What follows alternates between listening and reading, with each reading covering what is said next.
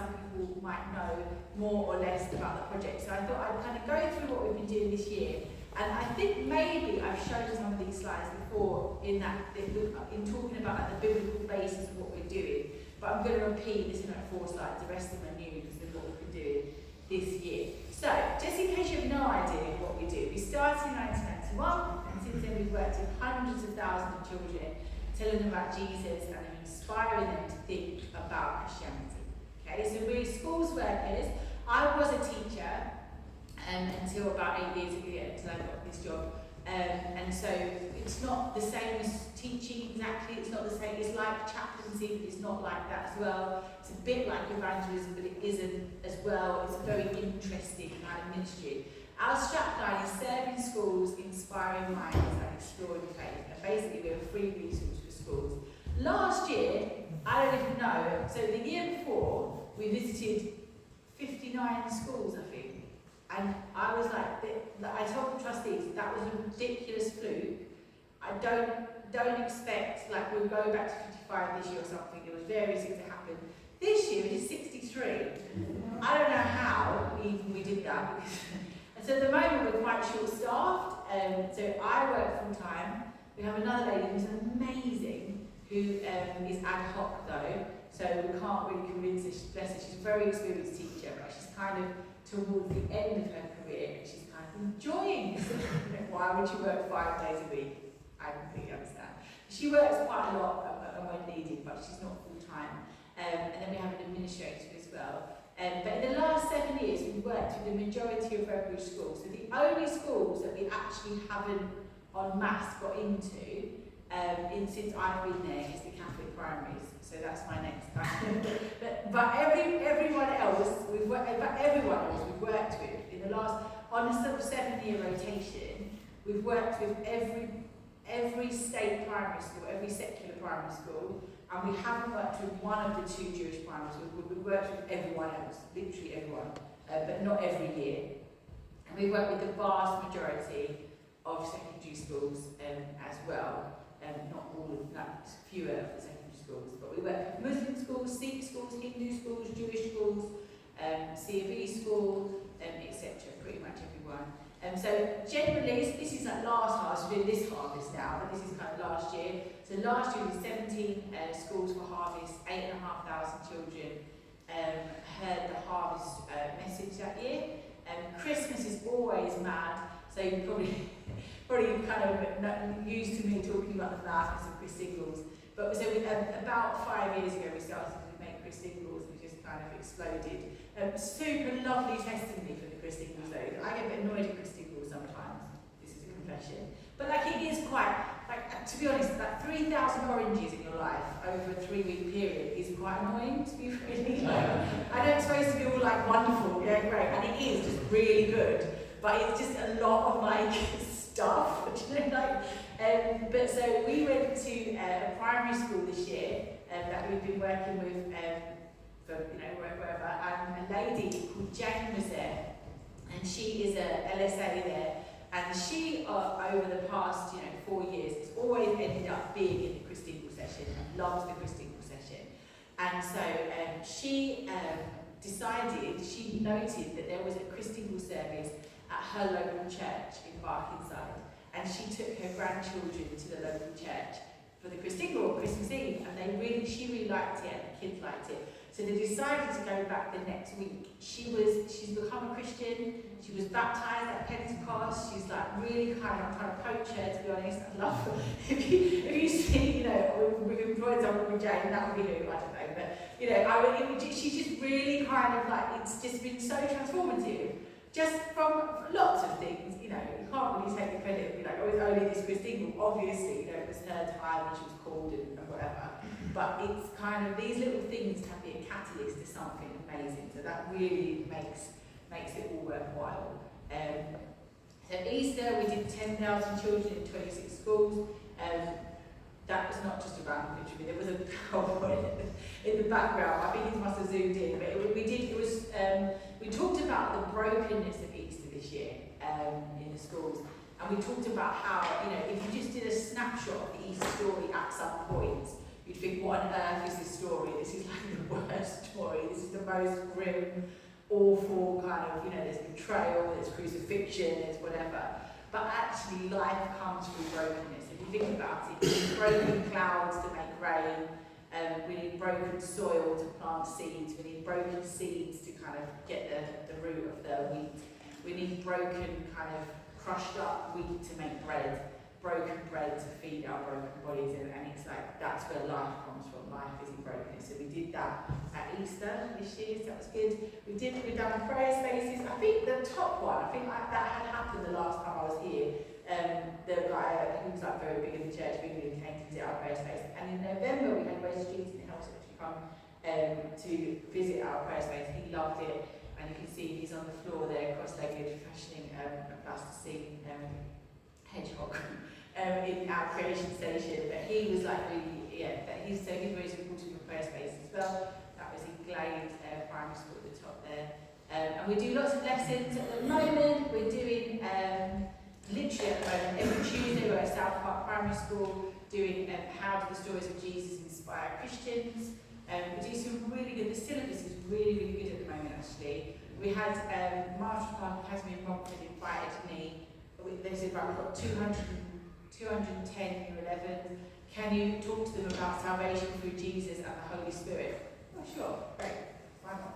So it's just like sometimes we do get some, it's not just kind of vague, woolly kind of, it's really good stuff. I was in Woodbridge last week. I don't even know what day of the week, it's 3 weeks ago, it must be Sunday, it's in the church, but I think it was either last week or the week before. And like I'd misunderstood. So she said we've got year 11 and can you talk about these topics, and it's going to be period 2 and period 3. But I thought she had 2 classes. So she wasn't clear that there was one class for 2 hours. So like by the end I was just riffing, but it was amazing. It was so good. So we were talking about salvation and how the three. I heard someone else talk about salvation in terms of the 3 P's. So people are saved from the penalty of sin, the power of sin, and eventually in heaven the presence of sin. And I was talking about that. And this kid at the back was like, how can I be sure that I can be going to heaven? Well, how can I be sure of salvation? I was like, well, so these things just do kind of just happen, like, in a kind of quite secular context, but people just ask questions and you're allowed to answer the question because somebody's asked you a question. So there's quite a lot going on, which is quite good. So we're going to Dagenham last year and this year. If anyone's interested in helping out at Dagenham, that's really a nice opportunity. So we're doing the whole year 11 RE course, and it's called The Difference, and basically the overarching questions are, what difference does being a Christian make to someone's life? What difference does the fact that someone is a Christian, whatever they are, businessman, scientist, whatever, bus driver, anything, what does it make to their work? And what difference does the faith of a community, South Park Chapel, make to the community as a whole, 7 Kings? So we had lots of different speakers in, so this was Teen Challenge. The guy at the top there is Cornelius, somebody, and he's very big in the Ascension Trust, which does street pastors, so he's like the CEO of Ascension Trust. We had different people, a Christian businessman, as I said, we had a Christian footballer who's Omar Beckles, who's the captain of Orient, and he's the head of the PFA. He came in 1 week, so it's quite interesting to kind of have that kind of experience. That was the quiz last week. So this is just kind of just what we're doing and why and how I think about what we're doing biblically. So one thing is that we're salt and light, so from Matthew 5:13 to 16. We bring flavour, excitement, and in some cases healing into schools, and we shine the light of Christ into places that can be dark at times. I think people sometimes give schools bad rep. Like I think some people think that schools are just places where like, you can't say God, and you can't say Christmas, and you can't say this. It's not like that necessarily at all. But we are there to be kind of outwardly Christian witnesses in those places. I like this from 2 Corinthians 2:15 about spreading the aroma of Christ. So Christ living in us gives off a pleasing aroma to God, but something of Him can also be experienced in our workplaces and among people that don't know Him. And there's something that's just a little bit different maybe when people who are like outwardly Christians kind of doing an assembly or doing a lesson, and it's just something, maybe there's just some hint of something that might be going on in the classroom that might kind of someone might pick up on. Being all things to all people. So if we take on certain aspects of the culture of the day and the culture of schools, that we can provide the best service, but also to speak to people where they're at in order to reach them. So not everything we do even is overtly Christian. Most things definitely aren't, but some things, there have to be, like for example, mentoring or mental health support or team building, stuff like that. But so we translate things. I always say that my job is like being a translator. Like I speak fluent school and I speak fluent church. And often they want to say the same thing, but they're not quite sure how to and I kind of like explain and bridge the gaps. And then obviously telling the next generation. So Psalm 78:4-7. It talks about one generation will tell the next about your work. And it's important to tell children about God and the things that He has done, not just in the Bible, but in past generations, and what He's doing now. And I think there is something, I don't know if you've heard about this kind of silent Bible stuff. If it's silent or quiet, I can't be silent because we've heard about it. But there is a lot of interest in the young people today about Christianity, and some of that links, I think, to the culture and the cultural moment that we're kind of experiencing. And I think some people, there's lots of different reasons why people are kind of suddenly interested in other people being Christians at the moment, and some of them are really most of them are really genuine and really good. Some of them maybe because they want to use it for other kind of, recognising different things, and that's a different conversation. But regardless, there's a lot of interest in it, so we can capitalise on that. I think people are interested in what is church, what is going on in church, and stuff like that. And then also giving reasons and hope, but with gentleness and respect. So I often heard this, like 1 Peter 3:15, always be prepared, always be willing to give an answer for the hope that you have. Don't be kind of shying away from that. But I usually hear that just like that, just as a always give a reason, always give an account of it. Okay. But no one really kind of mentioned the second half of the verse. It says, but do so with gentleness and respect. And when we talk about things in the classroom, we do so with gentleness and respect, not because we're scared or we're overly pleased, or we don't feel like we can say the word Jesus, and we don't say sin, we don't say salvation. Of course we say all these things, because that's the answer to the question. That's the topic. That's what we're talking about. But we do so with gentleness and respect, not because we're scared, but because we have been commanded in Scripture to do so with gentleness and respect, and that is what we do. So that's our kind of thing. So if you want to know anything else, we've got a Facebook page, which is not very well managed at the moment. I probably just post some stuff. We've got a website, and you can email me. That's absolutely fine. And just kind of, I guess, prayer points would be like to potentially get another staff member, but somebody who's the right person. I think it would be really useful. And just kind of, just over kind of, I don't know if actually you would know about this, but in May this year, just really randomly, I was elected to Redbridge Council, so I'm now a councillor in a way that I wasn't really expecting to be. And I ended up in a by-election and I won a one-vote victory, so I'm really assuming it was God. But it's interesting, it's doing a lot in me in terms of like my ministry in general and stuff, and serving people, but it's kind of quite stressful, kind of trying to do, like someone thought that was my job, and I'm like, no, I have a full-time job, this is something I do in my spare time, but I'm also a single mum, and I'm also there's loads of other stuff going on, so that would be really helpful to have in prayers in terms of just like generally being overstretched as an organisation at the moment, although don't worry, you don't need to worry too much about it, it's not really that. But today, I wanted to talk a little bit about, so we're doing a harvest assembly at the moment, but I kind of wanted to share with you that and what that would look like, and also just to kind of raise some thoughts about that, which funny enough has already often come up in this service, which tells me I'm on the right track, so it's good. So this is, we're talking about things being fair. So when we say, is it fair, what does that mean, if something's fair or not fair? Well, you can shout out if you want. The same. The same. If something's the same, yeah, people being treated the same. If something's not fair, what would that mean? What would cause something to be not fair, do you think? Someone taking all your sweets. Someone taking all your sweets. Yeah, exactly. That would be not fair, wouldn't it? Okay, things happen to you that maybe you don't deserve it or something like that. We've got lots of pictures on the next slide which will show maybe things that are not fair. I wonder if anyone wants to kind of point out one of them and to see to tell us why something is not fair. So what kind of things are not fair here? What do you notice? What appeals to your sense of fairness out of these pictures?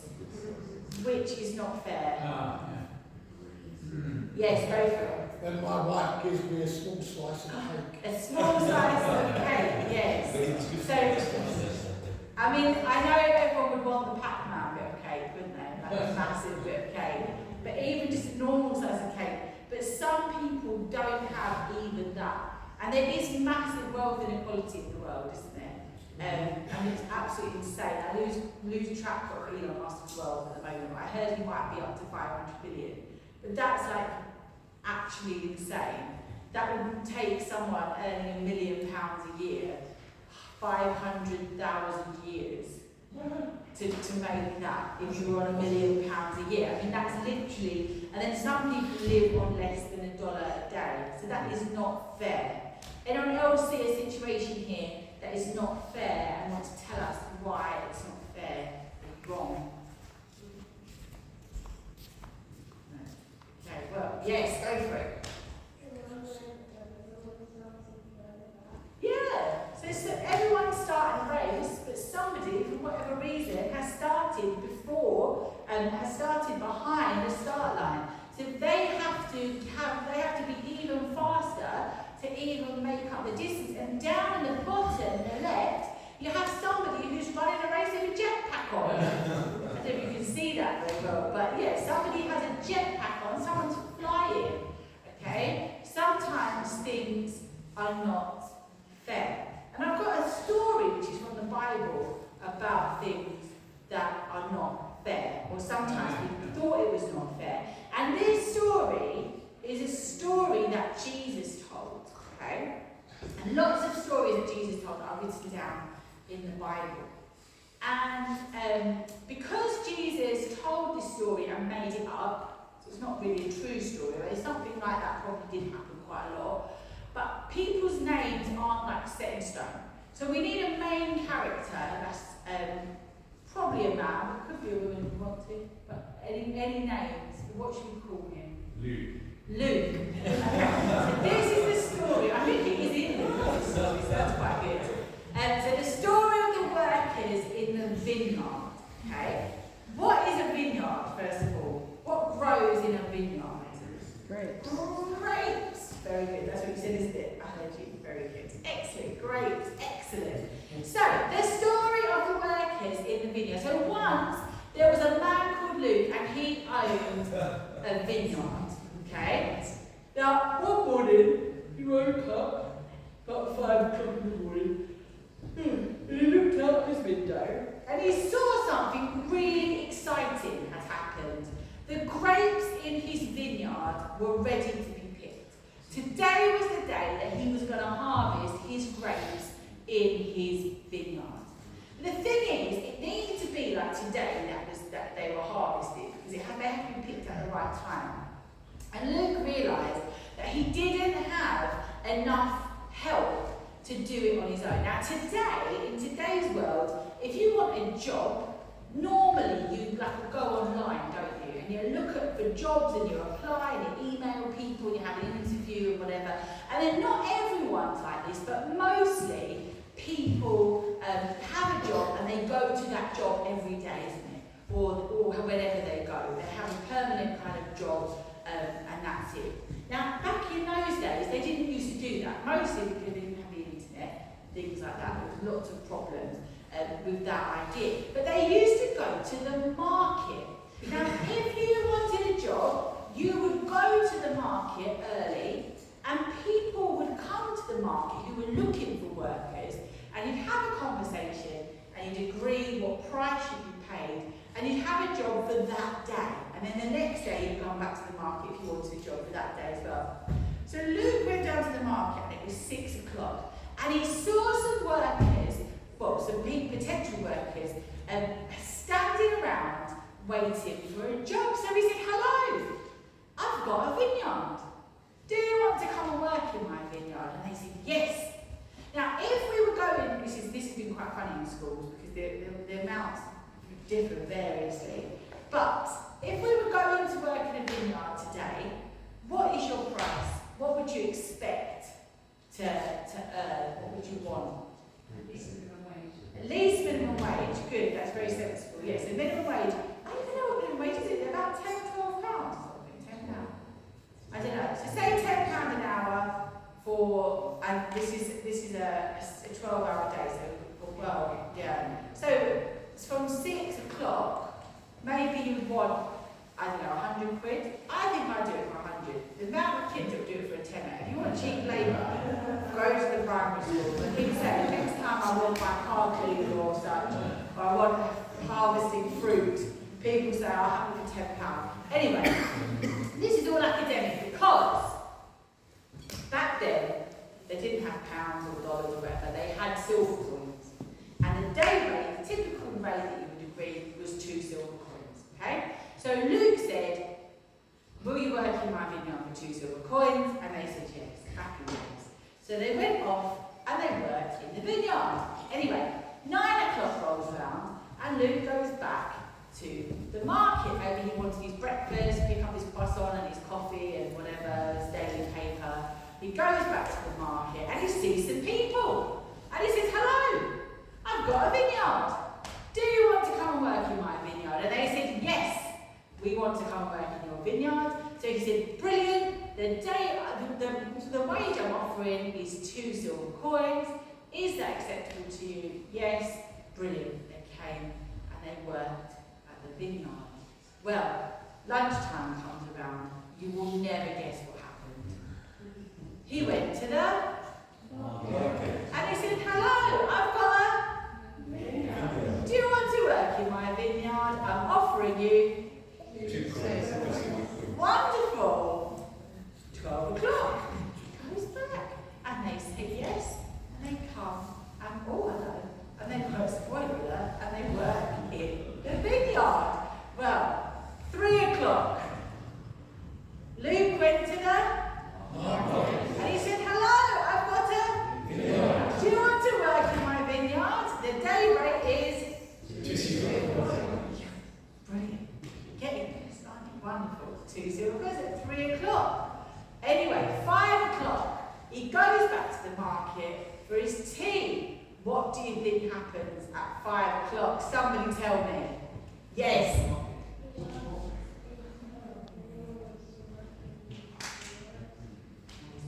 Those skills of anticipation there, very, very good. He said, does anyone want to work in my vineyard?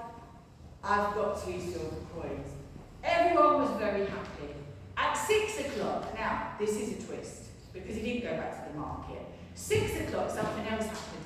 It was payday. It was pay time, okay? And everyone queued up who'd worked at the vineyard, and he gave them all 2 silver coins. But not everyone was happy. Some people started to complain. Some people said, it's not fair. Why do you think people said it wasn't fair? Yes. Some people, yes, this is why we've had a very sensible suggestion of minimum wage, but I quickly realised that would get us into trouble with the story. Because it wasn't an hourly rate, was it? No. So minimum wage goes by the hour, but you're right, he offered a day rate of 2 silver coins. Did anyone ask for more than 2 silver coins? No, I didn't mention that. That didn't happen in the story. No one said at the beginning at 6 a.m, well, that's a bit cheap, isn't it? I want at least 3 or 4 or 10. Everyone was happy with 2 silver coins. But some people, had worked for 2 silver coins from 6 a.m. to 6 p.m. Some had worked from 9 a.m. to 6 p.m. Some had worked from lunchtime to 6 p.m. or 3 p.m. to 6 p.m. or even 5 p.m. for an hour for 2 silver coins. But they turned around and they realised that actually they were jealous of the ones that had come in later. Okay? So, the workers agreed their pay before they started work. The farmer paid them what they had agreed. Everyone was paid the same, but the thing that was different was they didn't work for the same length of time. Now, I think there's lots of reasons why Jesus told this parable, and there's lots of things that we can get out of it, which is why parables are amazing and why Jesus used them. Okay, for the purposes of the assembly, and also, you know, for the kids to think about, and also for you, for you adults, I think one of the things Jesus was saying here is run your own race. Okay, we know in Hebrews, isn't it, that we all run the race that's been marked out for us, and there's a great crowd of witnesses cheering us on, but we are all in our own race. Okay, Christianity is weird in a way because, in one way, it's a team sport, isn't it? Okay, we're called to be in families, we're called to be in churches, we're called to serve each other, whatever. But also, you're all on your own race. You've ever heard that phrase, you know, God doesn't have grandchildren. Okay, you can't kind of get other people and get them to live your faith for you, or get them, or to live this Christian life, what we call vicariously, through other people. Ultimately, you are on your own journey with God, to serve God, to follow God, to pray to God, to submit to God, to Christ as Lord, to, you know, pray to God yourself. Yes, we can pray corporately and things like that, and that's why it's confusing. But actually, what you're doing is about what you're doing. Okay? So we can, sometimes people can be disheartened, a bit like the story. We heard the story of the prodigal son. There was a man there, and he was a bit silly, and there was his brother was very sensible the whole time. And the person that was a bit silly came back and was welcomed, and the other brother, what did he have to respond? The one that had been sensible the whole time. He was grumpy. He was grumpy. He said, this isn't fair. It's not fair. Okay? A bit like as well, when Jesus was crucified, there was 3 people crucified that afternoon, wasn't there? There was Jesus and there was 2 thieves, 2 people that deserved to be put to death. And one of them was mocking and laughing and wasn't really taking it, kind of wasn't being very reverent, or wasn't really kind of reflecting on his own sin, his own problem. But another thief said that it asked Jesus to remember him when he came into his kingdom, and had showed faith in God. And Jesus said, anyone remember what Jesus said to that man, even at that late hour? He said, today you will be in paradise. Amen. That man that had a probably not a great life, had ended up being crucified, and ended up whatever, never went to church, never kind of really, until the day he was crucified, kind of, you know, showed reverence to Jesus or followed God or whatever. But he showed faith, and even at that time, he was entered into the kingdom. It's a bit like the workers in the vineyard, isn't it? Sometimes at school, things can be really frustrating. Has it ever happened to you, right, when you're good all week, and then at the end of the week you get a sticker or something, and then somebody is naughty Monday, Tuesday, Wednesday, Thursday, Friday morning, Friday lunchtime, somebody remembers their manners, it's Good Friday afternoon, and also gets a sticker. Infuriating.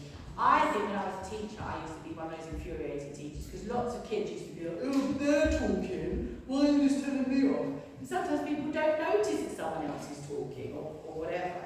Okay? But you need to run your own race. If you do your homework every week and you get frustrated that someone else isn't doing their homework, If you kind of think that, okay, well, I give my money, or I tithe, or I volunteer, or I do this, or I do that, okay, in one way that can be frustrating because if there's only one person paying into the whole church, that's quite, frustrating because there won't be the money that there could be if everyone was paying, or if only one person is ever volunteering, there won't be the kind of ministries and offering to the community that there could be if everyone was volunteering. But you need to be doing what you do for the lordship of Christ, isn't it? Okay, for the glory of God to do what you can do. But I love that little reflection about Gideon. Come with the strength that you have. I think we're quite a lot at the moment. I can't do this anymore. I'm so stretched in all sorts of of directions, and it's really challenging and whatever. But that was just a real reminder to me today, just come with the strength that you have. Just do what you can do. Run your own race. Don't be looking at what others are not volunteering, others are not doing this, others are not doing this. Everyone has a responsibility to the community, but they also ultimately, first and foremost, has their responsibility to Christ as their Lord. So as long as you're doing what you need to be doing, okay, you're just responsible for yourself. And also, ultimately, just to land this point, none of this is fair, is it? I mean, that's why I loved the song choices and the kind of the sort of preliminary reflections and things, because it was nothing to, we hadn't discussed what was going to happen, but actually none of this is fair. None of us are living under a fair system. Why? Because we do not get what we deserve. Grace grace is God's riches at Christ's expense. It's not justice is getting what you deserve, but grace is getting what you don't deserve. We're getting what we don't deserve, in that we're getting our sins removed from us as far as the east is from the west. Actually, all of us deserve to pay the penalty for our sin, and to live under the power of our sin, and to live in the presence of our sin. But actually, in and through the death of Jesus Christ, we don't have to do any of this. So there's no point going on about what's fair, what's not fair, I did this, I did that, others didn't do this, whatever. All of us, by the grace of God, have had our transgressions removed. All of us have fallen short all of us have sinned and fall short of the mark, but have been restored, isn't it? We've been restored in and through the blood of Jesus Christ. So be encouraged, run your own race, do it as a community, but remember, when you think life's not fair, remember that it isn't, and actually you've got a lot of unfair riches coming your way because of what Jesus did for you at Calvary. Amen.